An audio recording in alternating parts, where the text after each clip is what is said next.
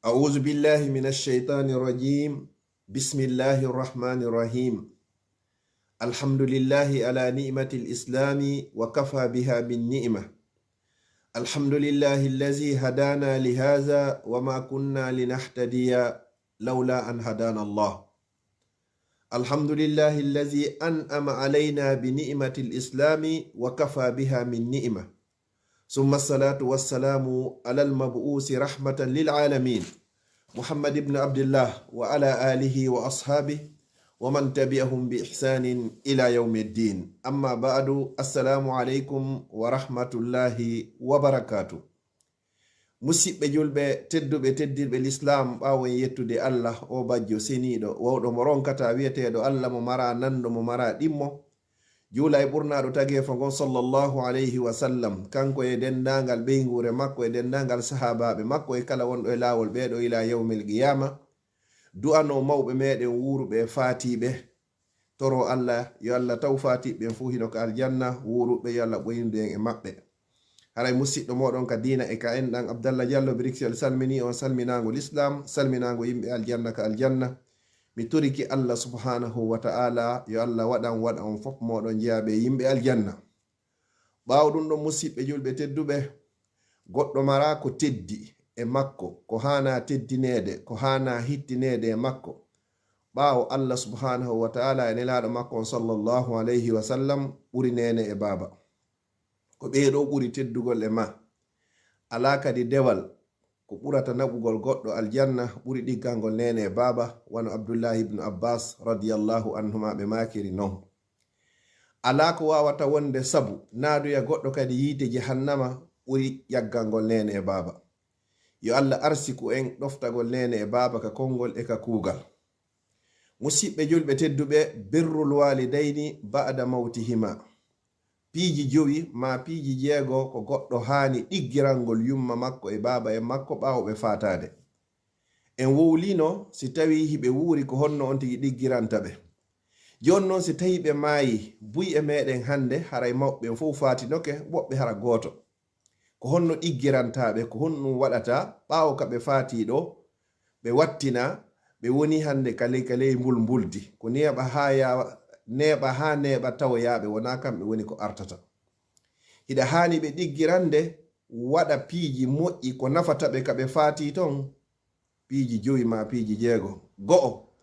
addu'a lahuma, ko du'anagol ɓe, innugol Allah mi torike ma yaafo nene, Allah mi torike ma yaafo baba.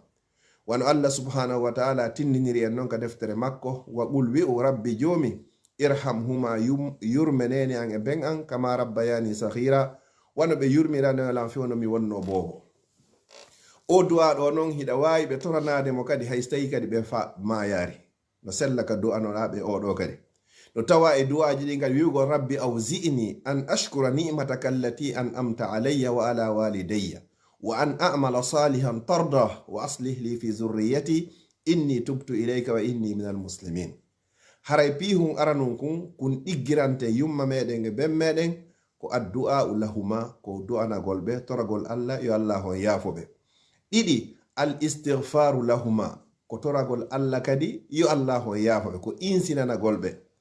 Allah yaafo yumma an, Allah mi torikema yurme ɓe, Allah mi torikema waɗu gabru maɓɓe wendu jeyandu e wenduji aljanna, Allah mi torikema teddino e peese maɓɓe ɗen sabu moƴƴinin ha foyito bonɗi ɗin. ɗum ɗum woni insinanagol ɓe, toragol Allah yo Allah hon yaafoɓe. ara non ɗum ko du'anagol ɓe, wi'ugol rabbirhamhuma kama rabbayani sahira. ɗiɗi on ko insinanagol ɓe. tati on ko as-sadaqatu lahuma, ko ittangol ɓe sadaka. haysi ko enniro goto ma en dollar ma sanfara goto, anniyoɗa ɗiɗo kala baraji ko heɓi e muɗum yo yaw ka mandake nene ma ka mandake baba, kamɓe fatiɓe ɓe. ittangol ɓe sadaka. ittangol ɓe sadaka on non innaka ko waɗugol hitande be hitande, waɗa cérémoniji soodoya na'i, muɓidira yimɓe ɓen fof janga Qur'an, la na ɗum non tun.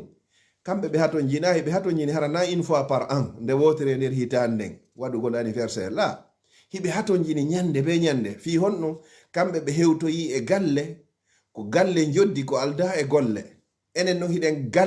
golle ko alda e joddi. kamɓe kaɓe woni toon ɓe wawata gollugol hande kadi, ko yeru ko ɓe golluno kon ɓe wona yoɓede. enen noon hiɗen gollude ga kono en yoɓaka taw kamɓe ko ɓe haton jini ñande be ñande ko ya ittanɓe sadaka siko ennero goto kala ka inna fi sabilillahi anniyoɗa ittana miskina ande makko e mapunde makko e heege makko e ɗonka makko anniyoɗa kala ko heeɓi ɗon ko yunene baba jeeyi sa jangi qur'an page goto ma juzu goto ma a tippinide ha gasi toroɗa Allah subhanahu wa ta'ala kala baraji ko heeɓi e ɗum ɗo yo Allah waɗu ka mandake yummama anniyoɗa waɗanaɓe umra anniyoɗa waɗanaɓe hajju ɗum ɗo waɗangolɓe sadaka anniyoɗa darnanaɓe juulirde ma hay sa darnatande fof waɗa seeɗa anniyoɗa sooda qur'anaji naɓaka juulirde kala ko heeɓi ɗon ko nene e baba anniyoɗa jesanaɓe koloyru anniyoɗa waɗanaɓe forage anniyoɗa penta juulirde anniyoɗa tuta leggal anniyoɗa waɗa jardin anniyoɗa mbuuɗi dankoɗa alyatima anniyoɗa mbuuɗi dankoɗa mo moodi mum maayi hara ala ko danko ɗum anniyoɗa ɗiɗo fop inna ɗiɗo kala ko moƴƴere ko heeɓi en ɗum ɗo yo Allah waɗan nene ma yo Allah waɗan baba si ɗum ɗon feƴƴi ko hikkotoɗon kadi ko infase wasiyatihima ko siñugol ko hunnugol wasiye ko ɓe wasinoma kon hiɓe wasinoma ya waɗu goɗɗum etoɗa ha waɗa si tawi hara hina ko lundi Allah lundi nelaɗo Allah sallallahu alaihi wasallam si tawi tun lundaki dina kan haray ko ya eto ha laatina wasiye on ɗum wodi woɓɓe wasiyotoɓe aray mi torikema dey haray kaarijo mi faala kaarijo e kaarijo mi faala ɗum ɗo yo waɗanan ɗum ɗo si mi fatike si tawi ko lundaki bindi haray ko yo waɗu mi fuɗɗito ara ɗum ko en waɗ du'anoɓe ɗimmun ɗum ko en insinanoɓe tammun ɗum ko en ittanɓe sadaka naya ɓon ko yen hunnu wasiyeji ko ɓe wasiyi en kon si tawi wasiyeji ɗin haray wona bonnayɗi ka diina haray jowa ɓum kon ko honɗum ko silatu rahimahuma ko jokkagol en ɗam maɓɓe ɗan siko yummama nene gotoɓe maɓɓe ɓen jajiraɓe maɓɓe ɓen ma miññiraɓe maɓɓe ɓen ma kawiraɓe maɓɓen dewol magol fop haray ko ya jokkoɓe si tawi ka baba en ma bappiraɓe maɓen ma baben mawɗo ɓeɗo fop kadi yayiraɓe ɓen fof ko ya jokko e maɓɓe e jatigiɓe maɓɓe ɓen kadi weldiɓe maɓɓe ɓen sa moƴƴike e bappa a moƴƴike e yaaye no fota wastayi ko e baba en ma moƴƴiɗa sa moƴƴike e nene ma mawɗo ma nene ma to soko no fota wastayi ko e yumma ma moƴƴiɗa sa moƴƴike e weldiɗɗo biro ma on no fota wastayi ko e biro ma moƴƴiɗa e muɗum sa moƴƴike e weldiɗɗo baba en ma on no fota wastayi ko e baba en ma moƴƴiɗa haray ko ɗiɗo woni jokkagol enɗam maɓɓe ɗan e weldiɓɓe maɓɓe ɓen kadi ɗiɗo welayɓe hino welaynoɓe fewno kaɓe wurunoɗon tentini noon hande kadi noon kaɓe faati ɗo ko ɗo ɓurata ɓe welgol hande kadi fi honɗum ɗo ɓe wata arde meyda kaarijo waɗu kono sa waɗi ɗum ɗo andu a weltiniɓe kaɓe woni ton sa welsiniki e ɗiɗo andu haray hiɓe suni hiɓe seydini kaɓe woni ton yo Allah dandu en noon en tawoyde mawɓe meɗen ɓen hara ɓe weltanaki en ko ɗum si tawi duwotoɓe innay Allah yo Allah dandu en tawroyde ɓe hersa Allah e dandu en enen kada yoɓade hersa tawroygol ɓe hersa ko sa tawi ɓe jooɗi hara hina e moƴƴere ɓe woni ton yoɓagol hersa ko sa tawi o yihiɓe e moƴƴere an a yaho yaari e moƴƴere nde joni noon ko yo Allah moɓidiro en enen e mawɓe meɗen ɓen foppo ko aljanna makko ɓurɗo e towude haray si tawi ɗum ɗo feƴƴi kadi ko ya waɗu kala golle moƴƴe ko ɓe accirnoma kon ɓe wasiyima ɓawo ma ya duumo e muɗum ko ɗum ɗo woni sakkiti konkum mawɓe ɓen nde hiɗa yalta ɓe innayi awa haray ɗo sa juulata haray minta nelda mi falaka ko jawdi ma joni noon wona ya waɗuru hunde fodde nene ma e baben ma hino wuuri ñande ɓe faati wo accita tentini haray ko moƴƴi kon andu no suniniraynoɓe noon no mettiraynoɓe noon no sattirayno e maɓɓe noon fewndo ka ɓe wuuri ɗon ko noon kadi sattirta e maɓɓe ma ɓuri ɗum ɗon fewndo ka ɓe faati ɗon haray enen sukaɓe wattanen hakkil moƴƴa sen ɗigganiɓe ka ɓe wuuri ɗon wakkiloɗen hattirde e wakkilade kadi ɗigganen ɓe kaɓe faati ɗon ɓuri ko ɗiggannoɗen ɓe ɗon fewndo ɓe wuuri ɗon